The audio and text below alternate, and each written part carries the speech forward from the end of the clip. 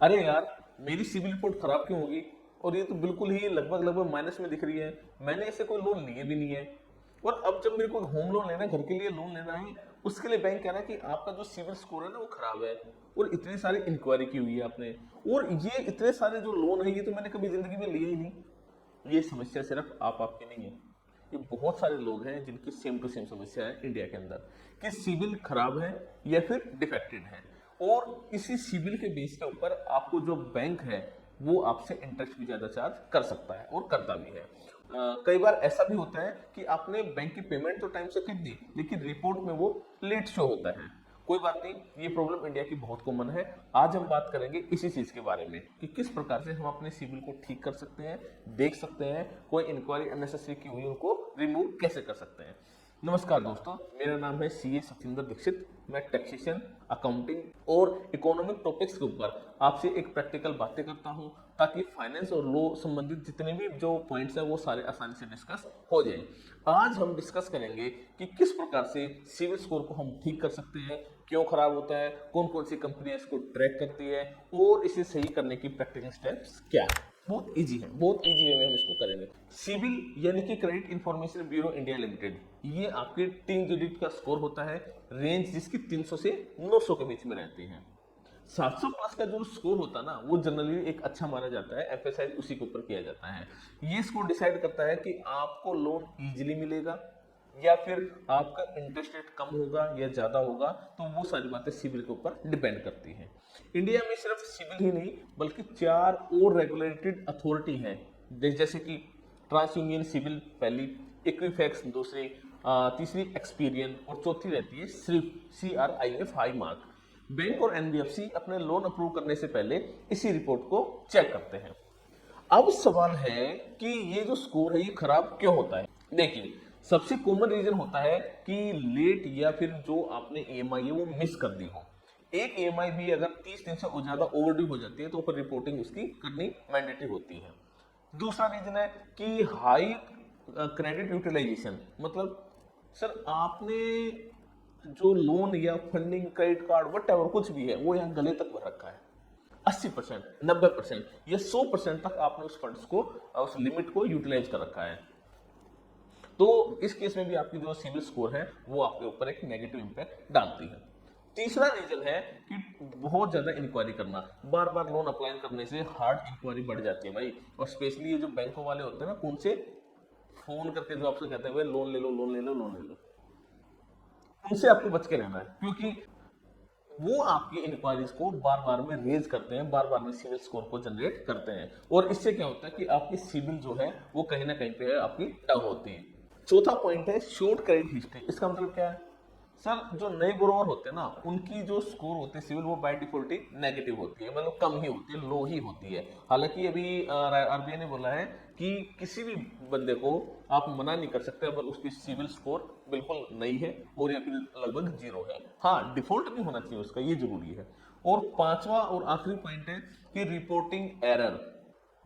Sir क्या है यार, लोन बंद कर दिया था, अभी भी ओपन दिख रहा है, लोन की इंक्वायरी नहीं की, फिर भी बार बार में दिखाई जा रहे हैं, मेरे कागज किसी और के पास थे, उसने मेरे पास लोन ले लिया, सर मेरा लोन जो था ओवरड्यू हो रखा था, मैंने उसकी ना कैश में एडजस्टमेंट करवा ली, इसकी वजह से भी सिविल डाउन होती है।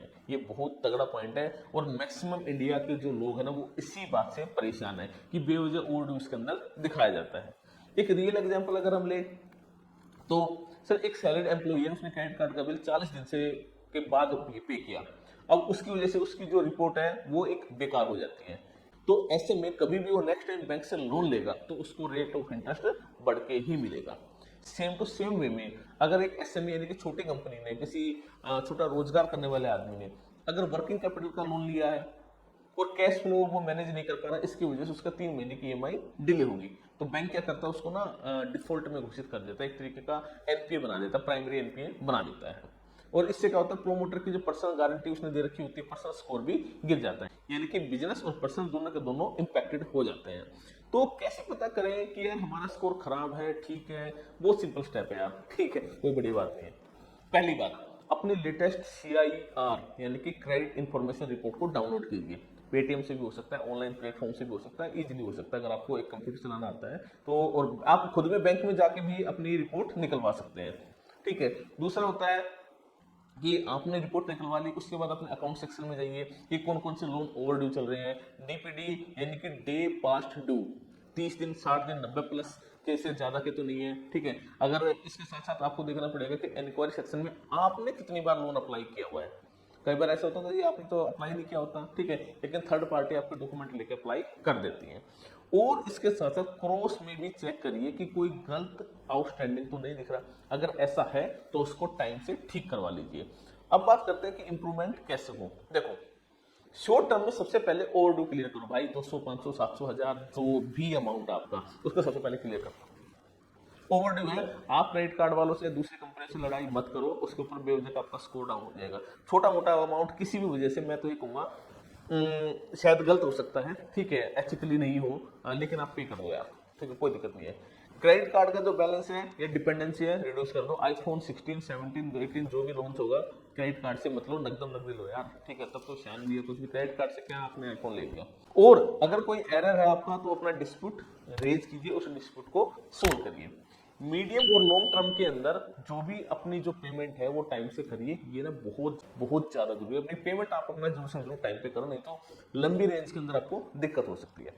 और साथ के साथ ना एक ऑटो डेबिट सेट कर लो अपने अकाउंट्स के अंदर, ताकि कल को आपको फ्यूचर में कोई प्रॉब्लम ना हो, कहीं बाहर गए हुए, बैंक बंद है, वटेवर जो कुछ भी है। और इसके साथ साथ जो पुराने अकाउंट्स ओपन हो रखे हैं आपके, उनको कंटिन्यू चलने दीजिए। उससे क्या होगा, क्रेडिट एज जो होती है वो इंप्रूव होती है। दूसरी बात, क्रेडिट मिक्स मेंटेन करो। मतलब सर भाई सारा अनसिक्योर्ड क्यों ले रहे हो, कुछ सिक्योर्ड ले लो, कुछ अनसिक्योर्ड ले लो, तो उससे एक आपकी जो सिबिल है वो भी अच्छी होती है। अननेसेसरी इंक्वायरी मत करो यार, ठीक है।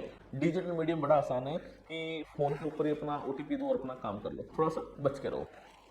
अगर रिपोर्ट में एरर है तो उसका डिस्प्यूट प्रोसेस भी सिंपल है, ठीक है। फिर कैसे किया जाए डिस्प्यूट को, ठीक है। देखो, वैसे तो आपको एक प्रोफेशनल की हेल्प लेनी चाहिए, लेकिन हम भी आपको बता देते हैं। सबसे पहले अपनी CIR डाउनलोड करो, क्रेडिट इन्फॉर्मेशन रिपोर्ट को डाउनलोड करो, ब्यूरो की वेबसाइट पे जाके अपना डिस्प्यूट को रेज करिए, ठीक है। वहाँ पे जो भी ऑप्शन है वो सिलेक्ट कीजिए।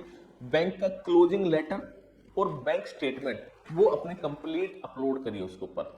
और इस क्योंकि क्या होता है कि जो ब्यूरो और लेंडर जो आपस में ना इन चीजों को वेरीफाई करते हैं। ब्यूरो का मतलब है जैसे क्रेडिट ब्यूरो वाले हो गए, ठीक है, लेंडर का मतलब है बैंक, ठीक है। और नॉर्मली 30 से 45 दिनों में ये करेक्शन हो जाती है, ठीक है। तो वो आप अपनी करेक्शन को दूर करवा के अपने सिविल रिपोर्ट को ठीक कर सकते हैं।